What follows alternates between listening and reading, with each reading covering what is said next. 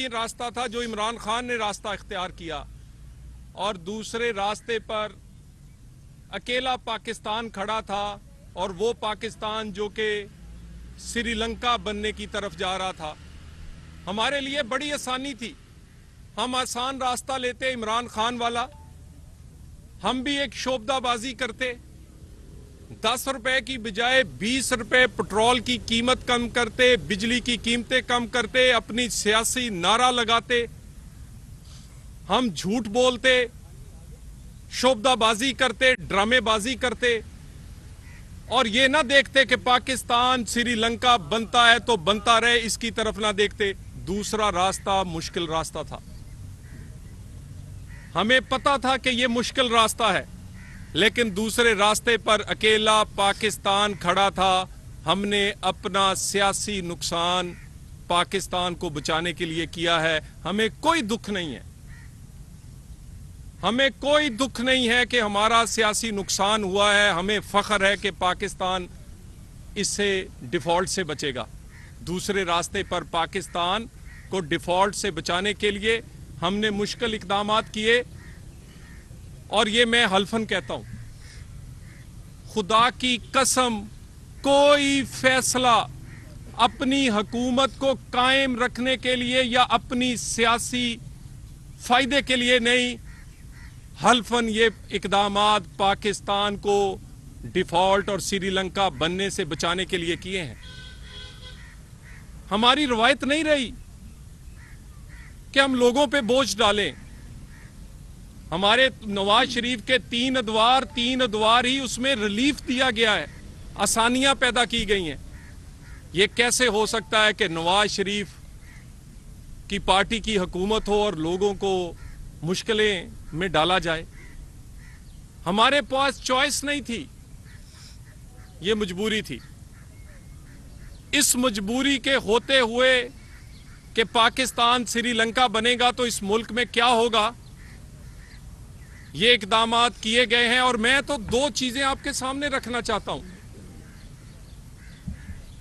मुकाबला किया जाए। एक नवाज शरीफ का IMF से मुआहिदा, और दूसरा इमरान खान का IMF से मुआहिदा।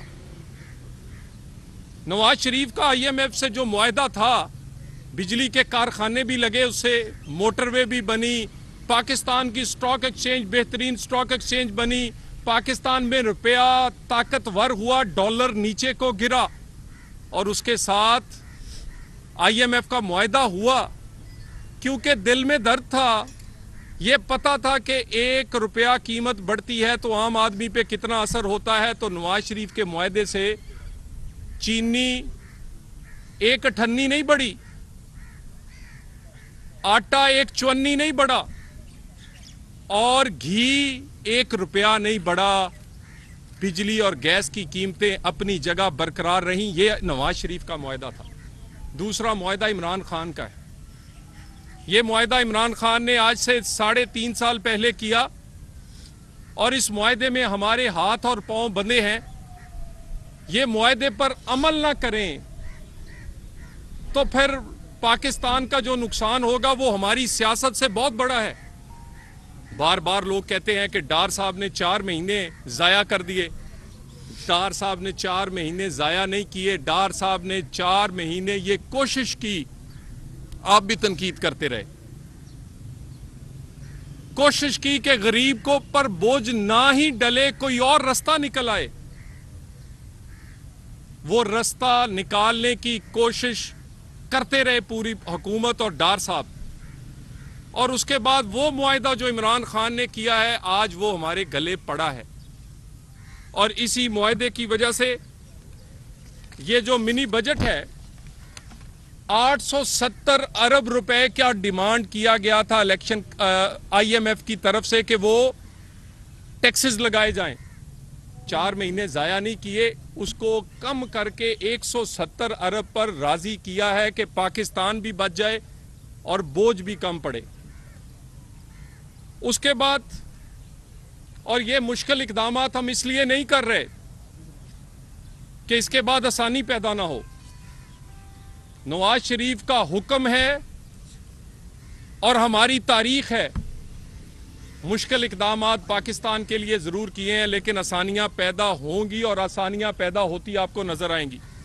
उसके बाद एक तो दो मैंने आपको कहा है कि मुकाबला कर लें, तकाबली जायज़ा ले ले, IMF का मुआहिदा इमरान खान का और IMF से मुआहिदा नवाज शरीफ का, और दूसरा एक और तकाबली जायज़ा भी ले लें, दो वज़ीर आज़मों का और निज़ाम इंसाफ का।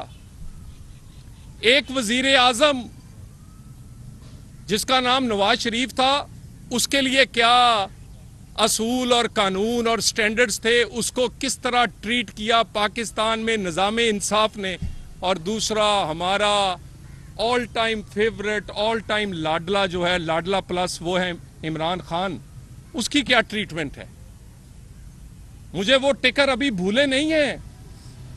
1 घंटे में पेश हो, जहां भी हो, सुबह ही अदालत लगेगी, हफ्ता इतवार की छुट्टी खत्म।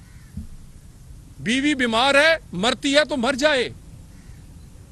पूछा जा रहा है लाडले से कि कब आ सकते हैं, तशरीफ लाएंगे, कितना टाइम दे। पाकिस्तान में Guinness book of world record कायम किया है खान साहब ने हिफाजती जमानत का। और हिफाजती जमानत तो होती है चंद घंटे के लिए, कई कई माह हिफाजती जमानत। यानी मुझे ये बता दीजिए, ये एक तरफ day to day hearings Nawaz Sharif के लिए, डे टू डे, दूसरी तरफ 8 साल के स्टे फॉरेन फंडिंग पे, एक तरफ वो बेटी का हाथ लेकर अदालत में पेश, और दूसरी तरफ टेहरियान का केस 15 साल से जेरे इल्तवा है। बच्ची उसकी है कि नहीं है, इतना जवाब भी उससे नहीं लिया जा सक रहा। एक तरफ आपका जज लगा दिए जाते हैं कि सुप्रीम कोर्ट के जज साहब ये पूरी चीजें देखी जाएंगी, और दूसरी तरफ तोशा खाना पूरे का पूरा खा गए हैं, कोई हिसाब नहीं है। फॉरेन फंडिंग में 8 साल स्टे चलते रहे, टेहरियान में 15 साल से जेरे इल्तवा है ये केस, ये कोई पहली दफा नहीं आया। और उसके बाद तोशा खाना, ये तो चंद घंटों का केस है। यानी जो लोग खिदमत करने वालों को इबरत और तबाही करने वालों को इतनी इज्जत, हम तो एक जैसा स्टैंडर्ड चाहते हैं। अदालतें काबिल एहतराम हैं, अदालतों के फैसलों के सामने वो मुझे मंजूर हो ना हो, पार्टी को मंजूर हो ना हो, सर इस तरह झुका देते हैं हम। नवाज शरीफ फैसला बाद में सुनता है, पहले वजीर आजम हाउस से निकलकर अदालत के हुक्म की तामील करता है। अदालत का हुक्म होता है, बेटी को हाथ पकड़कर वो जेल जाने के लिए तैयार होता है, या हिफाजती जमानत लेने के लिए भी अदालत के सामने जाने को तैयार नहीं है।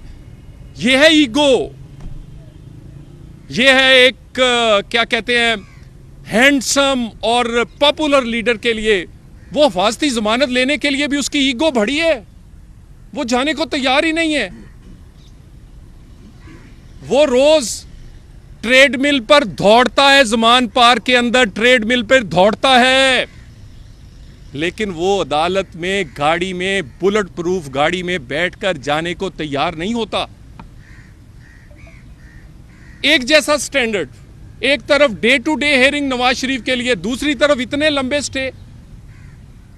मेरी गुजारिश है अपनी अदालतों से, मेरी गुजारिश है इस निज़ाम इंसाफ से, एक जैसे स्टैंडर्ड्स रखे जाएं। हमें आपकी हर चीज़ मंजूर है। पाकिस्तान की तारीख का तेज तरीन रिलीफ इमरान खान को मिलता है। एक अदालत अभी जमानत खारिज करती है, अभी उसका फैसला आया नहीं होता, दूसरी अदालत से उसको फिर जमानत मिल जाती है। हमारे केसेस 8-8 महीने, 9-9 महीने, 2-2 साल जमानत के लगते नहीं रहे।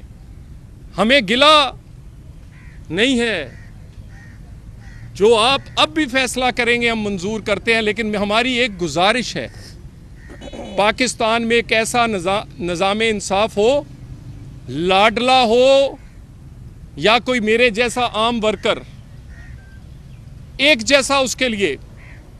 अगर अदालतें 24 घंटे काम कर सकती हैं तो आम आदमी के लिए भी 24 घंटे काम करें ना। अगर अदालतों में कई कई माह की हिफाजती जमानत इमरान खान की हो सकती है तो आम आदमी की भी होनी चाहिए। आम आदमी गोलियों से छलनी हो तो वो सोच नहीं सकता कि किसी छोटी अदालत का भी हुक्म उसका वो स्ट्रेचर पर एम्बुलेंस में वो पहुंच जाता है। इमरान खान के साथ ये वाला तमाम चीज़ें, मुझे उम्मीद है पाकिस्तान में इलेक्शन होने से पहले तराजू बिल्कुल इस तरह तोल दिया जाएगा। जिनके साथ ज्यादतियां हुई हैं अदालतें उन फैसलों का जायजा लेंगी और उन ज्यादतियों का अजाला करेंगी। ये हो ही नहीं सकता इस मुल्क में इस तरह फेयर एंड फ्री इलेक्शन के बेटे से ना तनख्वाह लेने वाला ताहयात नाअहल हो और और बेटी को तस्लीम ना करने वाला सादको अमीन हो। ये हो ही नहीं सकता। पूरा तोशा खाना खाने वाला इलेक्शन लड़ने के अहल हो और 2 शनाख्ती कार्ड या 8-10 हज़ार का बैंक अकाउंट जाहिर ना करने वाला नाअहल हो जाए। ये हो ही नहीं सकता कि कोई भी पार्टी 10 रुपए का हिसाब ना दे तो वो रजिस्टर नहीं रह सकती। करोड़ों डॉलर्स जो कि नाजायज थे, फैसला हो चुका, वो उसके अकाउंटों में हो ना, वो अकाउंटों से वो पैसा बरामद हो और ना उस पार्टी से पूछा जाए। कितने इलेक्शन गुजारने हैं? टेरियान का केस 2008 से पहले का है, 2 इलेक्शन गुजर चुके हैं, तीसरा भी खान साहब गुजारना चाहते हैं। फॉरेन फंडिंग 2 इलेक्शन उन्होंने गुजार लिए स्टेओं पर, और अब तोशा खाना ओपन एंड शट है। इन केसेस का फैसला घंटों में उसी तरह होना चाहिए जैसे पहले होते रहे, और इन केसों के फैसलों के बगैर ये फेयर एंड फ्री इलेक्शन जो है इसलिए नहीं हो सकता क्योंकि लेवल प्लेइंग फील्ड तब होगी जब कानून सबसे एक जैसा होगा। बहुत शुक्रिया।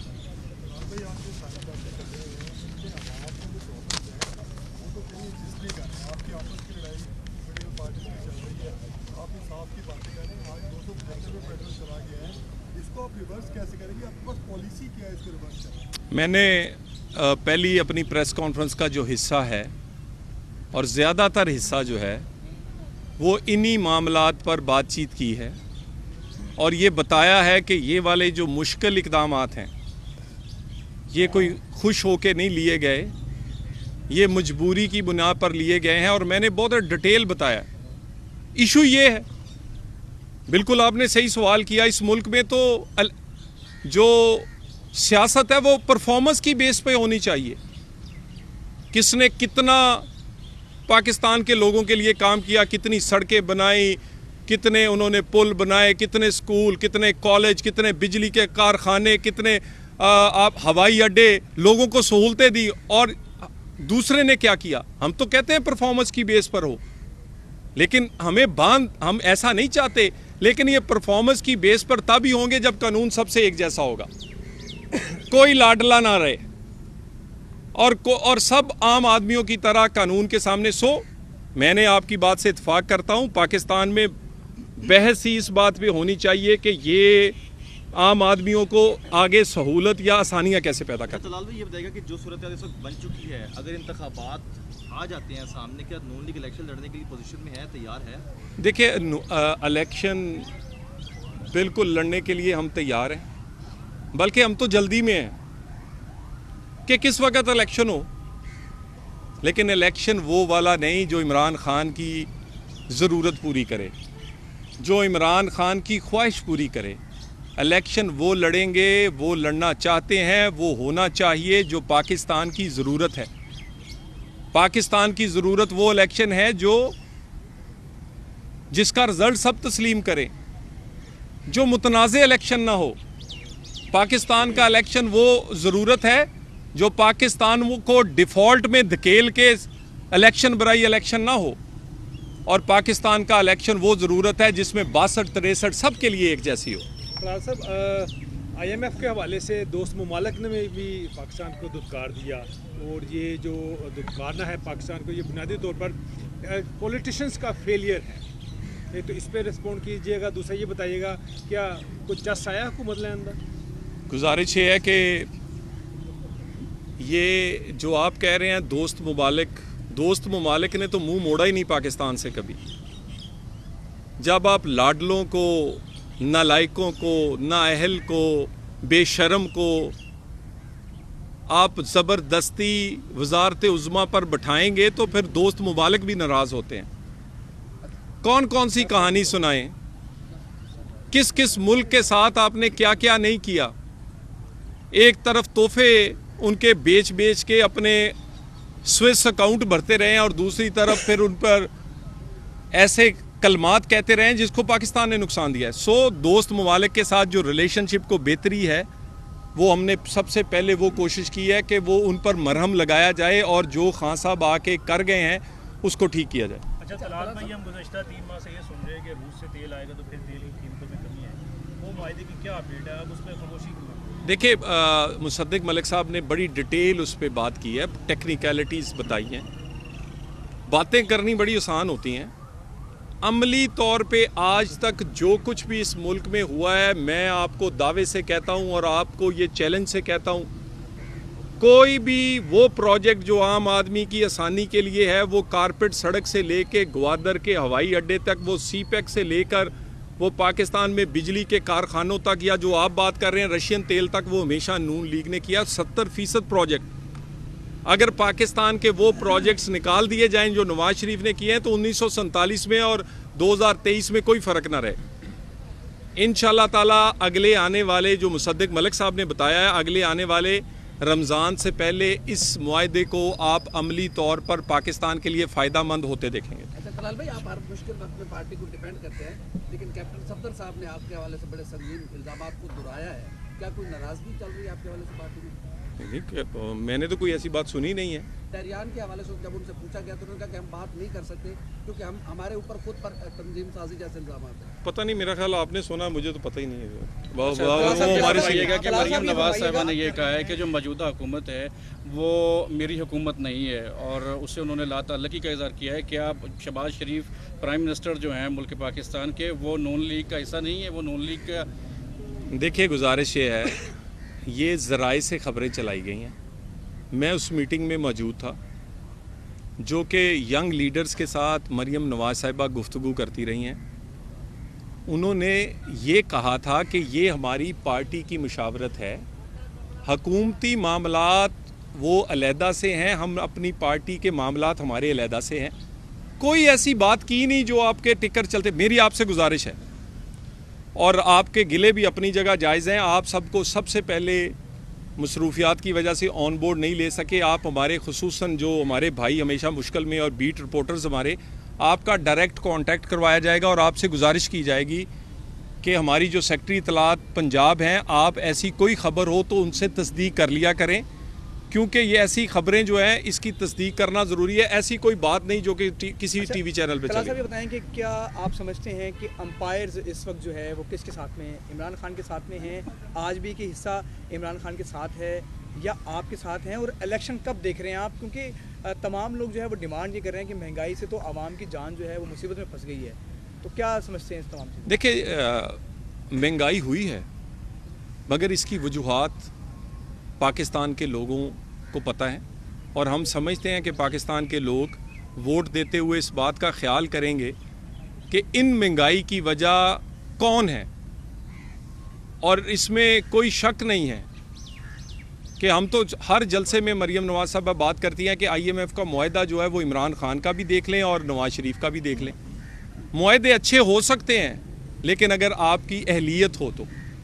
जब आपके पास अहलियत ही ना हो तो फिर मुआहदे भी इस तरह के होते हैं। क्योंकि आप तो कहते थे मैं आया ही नहीं हूँ, इमरान खान साहब के आटा, चीनी और ये टमाटर की कीमतों के लिए आया ही नहीं हूँ। वो तो आए माशाल्लाह पाकिस्तान में थे कि हीरे कैसे खाने हैं, हार कैसे बेचने हैं, घड़ियाँ कैसे बेचनी हैं, गोगी को कौन सा कमीशन लेके देना है, बुजदार पाकिस्तान पे कैसे नाफज करने हैं। हम आए इसलिए हैं कि हमें कीमतों का एहसास है, हमारा रवैया माजरत ख्वाना है, क्योंकि हमने मुश्किल और ऐसे इकदामात किए हैं जो आम आदमी के लिए मुश्किलात पैदा हुई हैं, लेकिन एक वादा किया है साथ कि हम इन मुश्किलात से निकल कर आसानियाँ पैदा करेंगे, क्योंकि हमारी तारीख और तीनों हुकूमतें आसानियों के लिए ही और हमने सियासत ही आसानियों के लिए की है। Thank you very much. आखिरी बात ये फरमा दीजिएगा कि मुस्लिम लीग नून के बहुत दरीना साथी जो काफ़ी देर से मुस्लिम लीग नून के साथ चल रहे थे, वो नून लीग छोड़ के जा रहे हैं, इसकी क्या वजह? कौन छोड़ के जा रहे हैं? शायद खाकान अब्बासी साहब और आपके MPA वहाँ से जड़ांवाला से वो चले गए PTI में। और देखिए दरीना साथी शाहिद खाकान अब्बासी साहब, वो तो आज भी बड़ी लंबी मरियम साहबा से एक मुशावरती मीटिंग हुई है, और ये हमने खबर इसलिए नहीं दी क्योंकि ये खबर है ही नहीं हमारे लिए। वो ना कभी नाराज थे, वो ना नाराज हैं, वो तो बड़े हैं, वो उन बड़ों में से एक बड़े हैं जिनकी वजह से ये मुस्लिम लीग यहाँ तक पहुँची है। और जो जूनियर्स हैं, जो छोटे हैं, जो कि जिनको अब जिम्मेदारियाँ मिली हैं, वो उन्हीं की दिखाए हुए रास्ते पर और गाइडेंस से चल रहे हैं। सो शाहिद खाकान साहब के बारे में चलने वाली खबरें मेरे लिए तो कोई खबर नहीं है। वो तो हमारे घर के बड़े हैं और वो आते और जाते रहते हैं। वो आज भी एक बड़ी लंबी मीटिंग करके गए हैं, वो पहले भी करते रहते हैं। कई दफ़ा आपकी नज़र में आती है, कई दफ़ा नहीं आती। शिकवा तो कोई नहीं है। Thank you. शिकवा तो कोई नहीं है।